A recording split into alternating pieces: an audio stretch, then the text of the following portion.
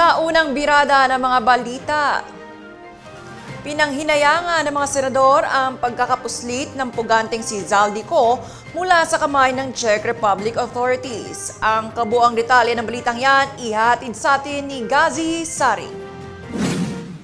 Lack of judgment ng Department of Foreign Affairs. Iyan ang tinukoy na dahilan ni Senator Win Gatchalian hinggil sa pagkawala sa kustodiya ng Czech Republic ng dating kongresistang si Zaldico. Kinwestiyon ni Gatchalian kung bakit iisang passport lamang nito ang nakansela, gayong 3 pala ang pasaporte nito. I understand meron din siyang mga visa, no, yung Shenzhen visa. So naging complicated yung situation dahil yung Czech Republic hindi siya ma-hold dahil kung valid yung dokumento niya, hindi siya pwedeng i-detain ng matagal.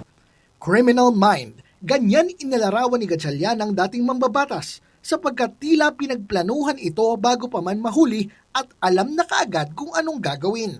Para naman kay Senator J.V. Ejercito, kakulangan sa pakikipag-ugnayan ng Embahada ng Pilipinas ang problema.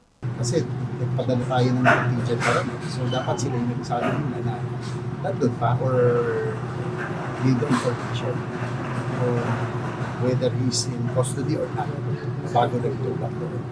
So sana lang ako talaga sana makabalik para to tell all. Samantala, sinabi ni Justice Secretary Frederick Vida na pakawalan si Ko matapos maharang ng Czech authorities noong April 16 dahil wala umanong International Arrest Warrant o Interpol Red Notice laban sa kanya. Inamin naman ni Vida na humiling na ang Pilipinas ng Red Notice laban kay Ko noon pang Nobyembre.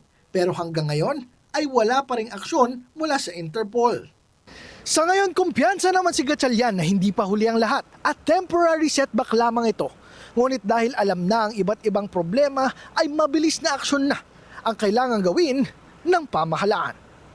Mula rito sa Senado, ako si Gazi Sarip para sa D8 Patrol.